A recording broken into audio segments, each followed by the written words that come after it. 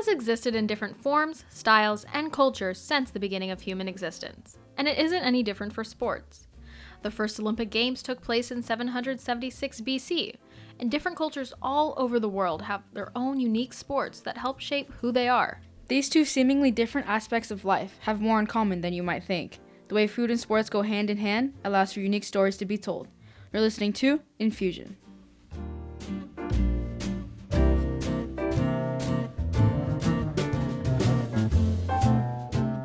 Hi, my name is Haley Sperkelly. And I'm Vanessa Venjohn.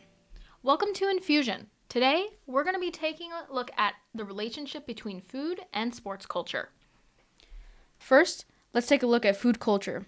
While there is no true definition of food culture, a great way to think about it is the different attitudes and beliefs held towards food.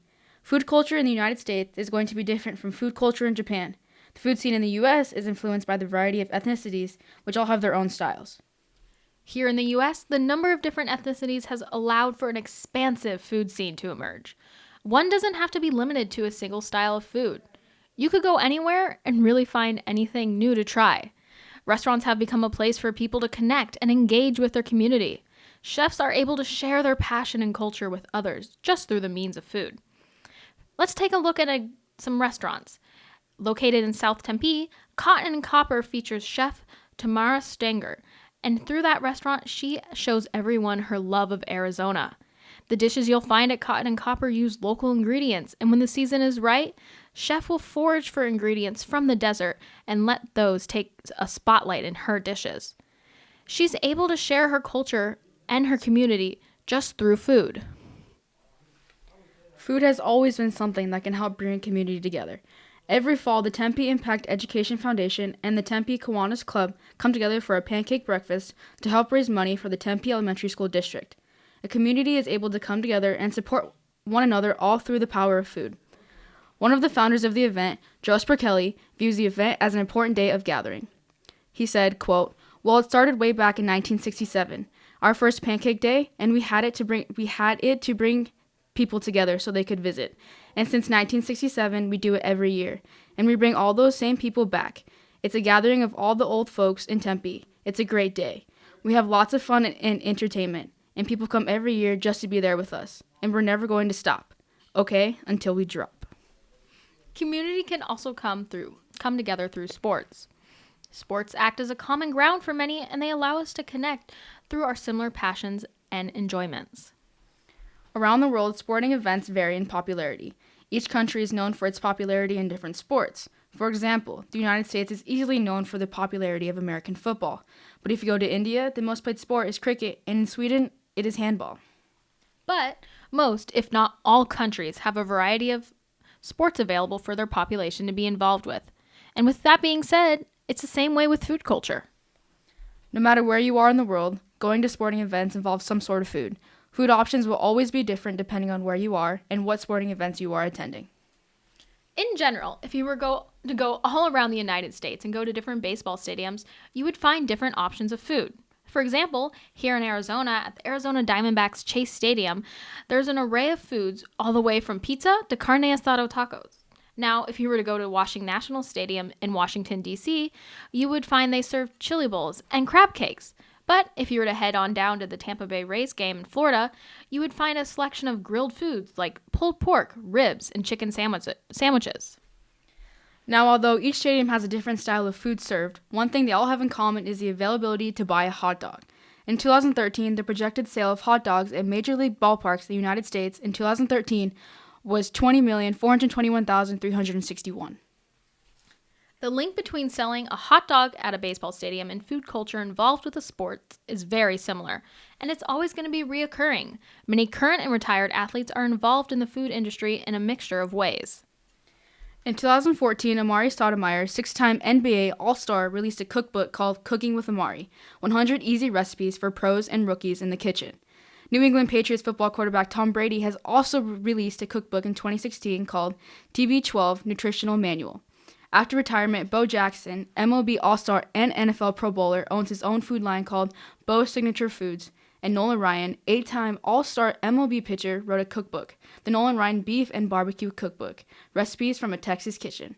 And he And he has also his own production line that has become very successful and has recently partnered with Kroger. Back and talk about how food culture and sports culture have impacted our lives and just related to us as we've gotten older.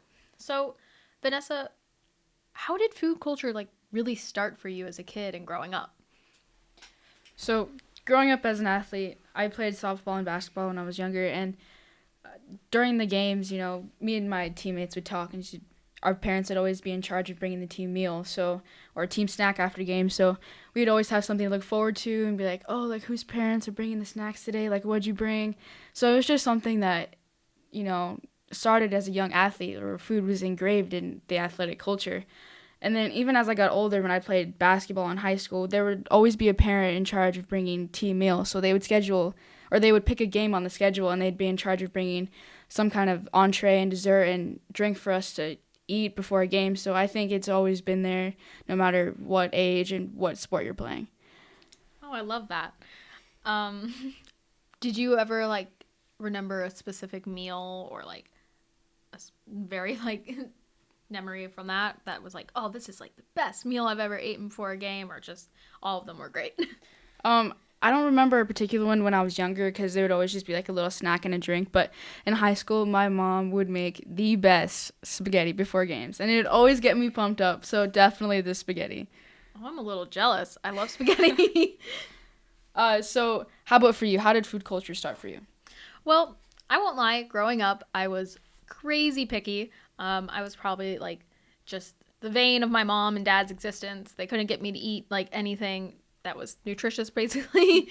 But as I slowly got older, my mom really forced me to try new things because she wanted me to be healthy. And I was also playing sports at the time, so I needed to keep up with nutrition and all of that so I could be a good, strong, and healthy athlete. And as she did that, I slowly started to enjoy eating more things. And then once I actually started working in a restaurant, which I did my junior year in high school, I truly fell in love with food. I was able to see how a chef has a passion for what they're making, and I really got involved within the food making process and the creation of it. And it was just so interesting to me, and I loved it. I loved every single bit of it, and it helped me expand my palate because I was able to try things without worrying if I didn't like them and paying for it.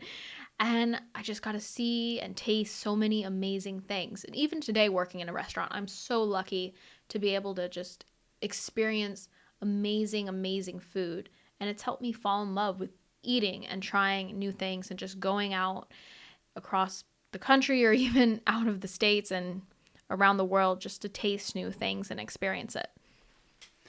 Well, that sounds very fun. I know my brother is the same way. He does not eat anything. So I can't wait till when he gets older and he wants to diverge into all these different foods. Oh yeah, definitely growing up, I was a strict mac and cheese and pizza and maybe a hamburger and the vegetable. Good luck was all I could say to my parents, I guess. But now we're on a different plane. I'm very happy to always try something new. So as you got older, obviously your palate got more diverse, and the same thing is happening with food nowadays. It's getting a lot more diverse, and there's going to be a lot more food options, and especially when you go to sporting events.